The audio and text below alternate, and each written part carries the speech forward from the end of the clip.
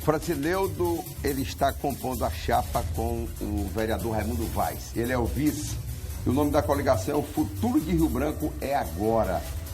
Francineudo, mais uma vez, boa noite. A escolha aqui do nome da coligação foi do Raimundo Vaz, do PSDB, do PR ou da missionária Antônia Lúcia? Foi uma decisão coletiva. Eu acredito que um projeto... Democrática. Com certeza. Um projeto político ele não se constitui só com um único pensamento. E o porquê do futuro de Rio Branco se agora, se faz agora. Se nós queremos uma cidade melhor futuramente para as próximas gerações, para os nossos filhos, para as pessoas que virão após a gente precisa sentir esse compromisso de querer desenvolver um bom serviço agora, para poder ter esse bom resultado futuramente. Gabriel, como é que se deu a definição do seu nome para compor a chapa da Rede Sustentabilidade? Boa noite a todos, novamente. Assim como se deu a escolha do nome do Carlos, nosso candidato a prefeito, pela rede, se deu o meu. De uma maneira, a rede é composta aqui em Rio Branco, especialmente, por muitos jovens. Na verdade, a maioria, desde a executiva aos militantes, é a maioria de jovens. Então, naturalmente, surgiu o nome de jovens para compor essa chapa majoritária e assim foi o processo de escolha do meu nome também, um processo democrático, aberto, em rede, como a gente gosta de falar. Carlos. Gabriel.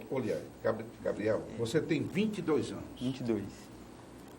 E como é a primeira vez que você acha que está se apresentando à sociedade do Acre, em particular de Rio Branco, eu gostaria que você me fizesse um pouco do seu currículo. Você é nascido aqui em Rio Branco mesmo? Não. Fale da sua vida um pouco, tá, ok. Para conhecer você melhor. Tá, ok. Eu nasci em Porto Velho, nasci em 1993, eu tenho 22 anos, como a gente falou.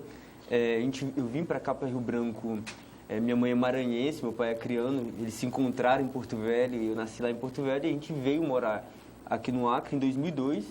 A gente morou lá na cidade de Porto Acre, aqui na cidade vizinha, a gente morou até 2005 e há 10 anos a gente veio morar aqui em Rio Branco. Então, desde a minha adolescência, eu comecei a morar em Rio Branco. A gente mudou aqui para a periferia de Rio Branco, fui morar no bairro São Francisco e ali no bairro Vitória, onde eu passei minha adolescência e moro até hoje. E fiz minha faculdade, sou formado em Direito, sou advogado, tenho uma militância, um ativismo político nos últimos 3, 4 anos, também com o movimento estudantil, com o movimento social, e hoje estou dentro da Rede Sustentabilidade para a gente tentar modificar um pouquinho a maneira de se fazer política. Antes você era do PT? Não, nunca fui do PT, nunca participei de partido nenhum, nunca tive esse interesse. Até a rede surgir, mostrou uma proposta diferente, uma maneira de se decidir as coisas diferente. Não existe um cacique que decide nada por ninguém, não existe uma liderança que faz arbitrariedades ou decide sozinha qualquer coisa. Na rede tudo é decidido de uma forma horizontal, a gente costuma dizer, que a forma vertical é de cima para baixo. Na forma horizontal, todo mundo está de igual para igual. Não importa, não tem ninguém mais importante do que o outro. A Marina não decide? Não, a Marina não decide. Por ninguém? A gente gosta muito de ouvir a Marina, mas ela não é uma pessoa que decide as nossas decisões aqui em Rio Branco e no estado do Acre. Quem é que decide, afinal de contas? Quem é que decide é o coletivo, é o grupo. O coletivo? A gente sempre reúne as pessoas, cada um fala... Sim, mas digamos assim, se nós levarmos esse questionamento para o plano federal.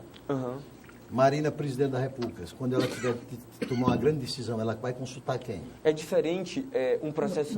Não, vamos lá, eu estou respondendo a sua pergunta. É diferente um processo decisório de um presidente da República para um processo decisório de um partido político. O partido político tem instâncias diferentes de uma presidência da República. A presidência da República é um órgão que dirige um país, que dirige o Estado brasileiro e dirige o governo brasileiro. Então, as decisões são... A Marina, como presidente da República, ela vai ter os seus ministros, ela vai ter sua equipe de assessoramento, ela vai ter o Conselho da República, ela vai ter todos os órgãos estatais que vão assessorar. A gente tem cometido o erro de pensar, nos últimos anos no Brasil, que partido político se confunde com o Estado e se confunde com o governo. Essas coisas são distintas. O processo decisório dentro da Rede de Sustentabilidade é de instância igualitária, onde todo mundo está de igual para igual. Existem as lideranças, existem os delegados que são eleitos democraticamente por processo de decisão. Agora, Marina, enquanto presidente da República, ela não seria presidente da Rede Sustentabilidade, ela seria presidente do Brasil. Então, como presidente do Brasil, ela teria que tomar as decisões ouvindo os ministros do Brasil, não então, isso aí, os assessores da Rede Isso aí é uma Sustentabilidade. crítica que você está fazendo, por exemplo, ao PT, que confundiu o governo com o partido? Não só ao PT, A todos os outros partidos? A todos os outros partidos.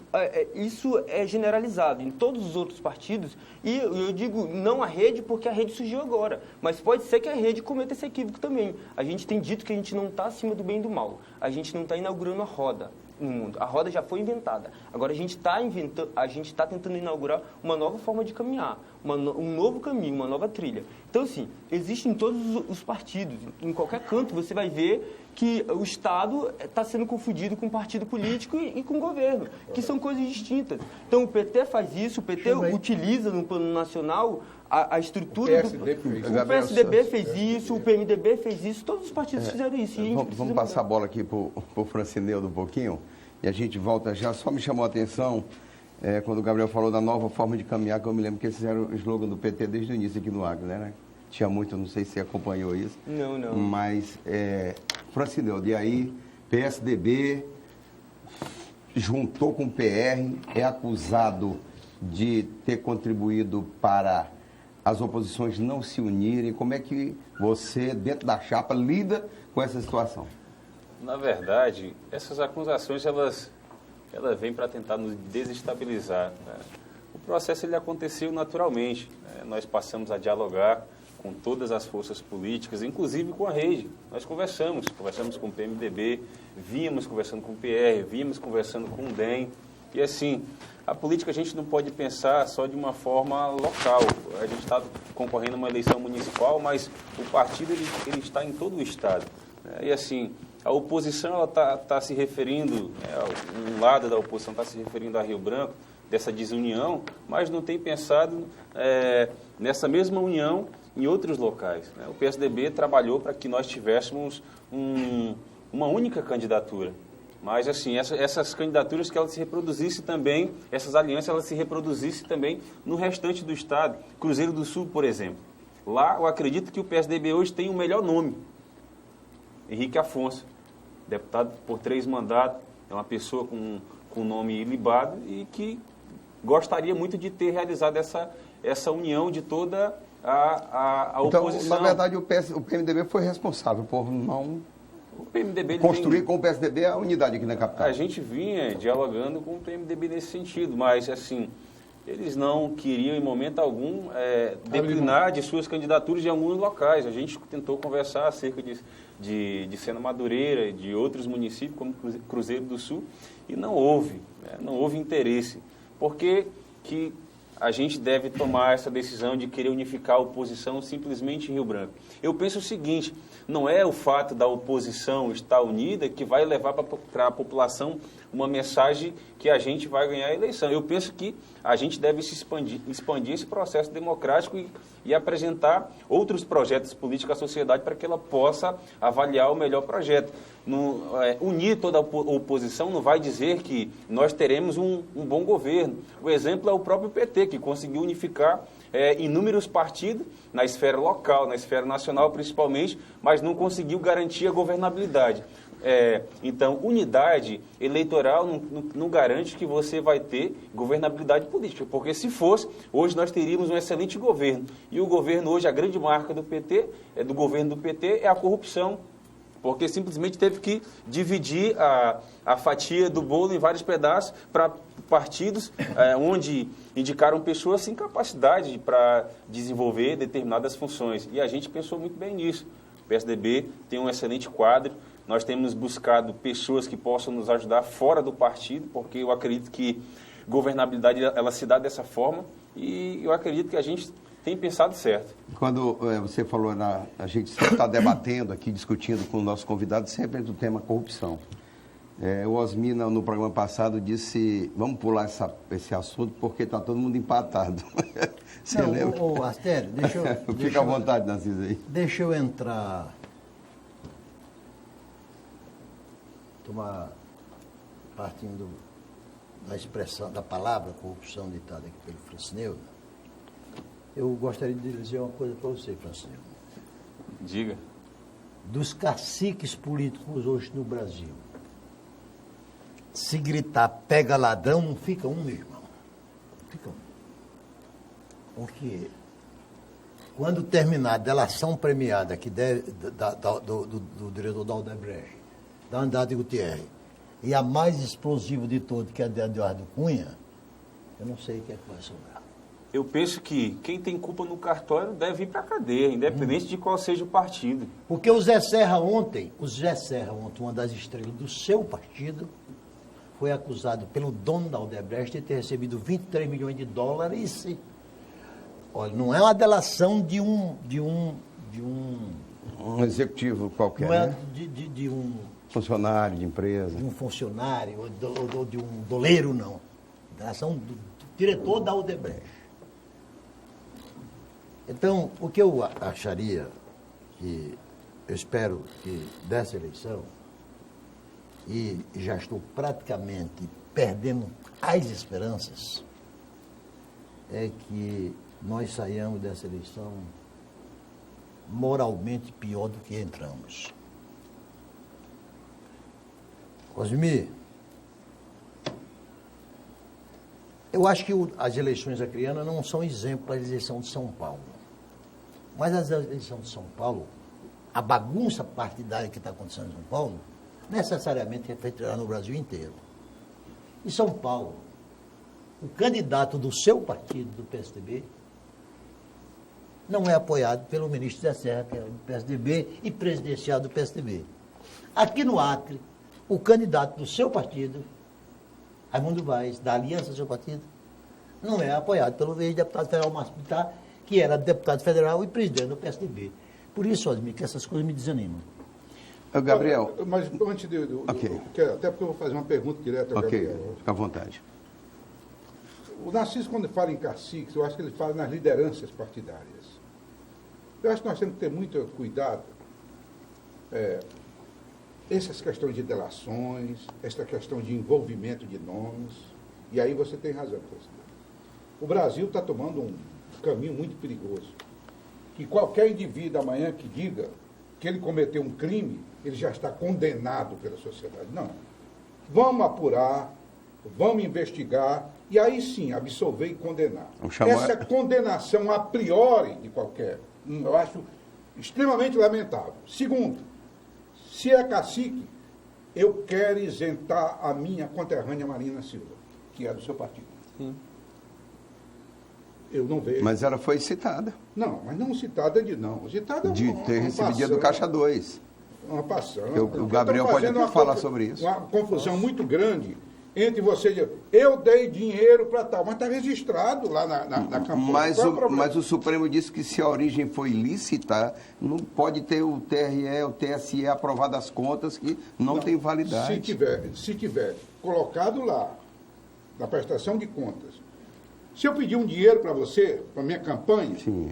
E você me dá o dinheiro e eu registro no Tribunal Eleitoral, eu não vou querer saber, Astério, se você roubou ou não esse dinheiro. Se você já tem muita dificuldade de conseguir que você dê, imagina isso. Eu vou saber, não, eu quero saber a origem do dinheiro.